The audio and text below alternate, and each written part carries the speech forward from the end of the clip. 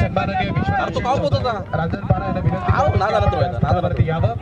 सन्माननीय विश्वनाथ शेठ चौधरी 49 मात्र धाबा धरून टाकलाय तो गोलंदाजांना.